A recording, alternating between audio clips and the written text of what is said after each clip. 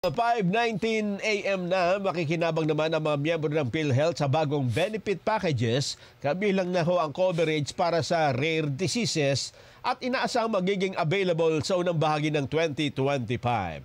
Inaproban ho ng Benefits Committee ng PhilHealth Board ang bagong benefit packages para sa atake sa puso, sakit sa bato, mobility limitation, oral health at 10 bihirang sakit.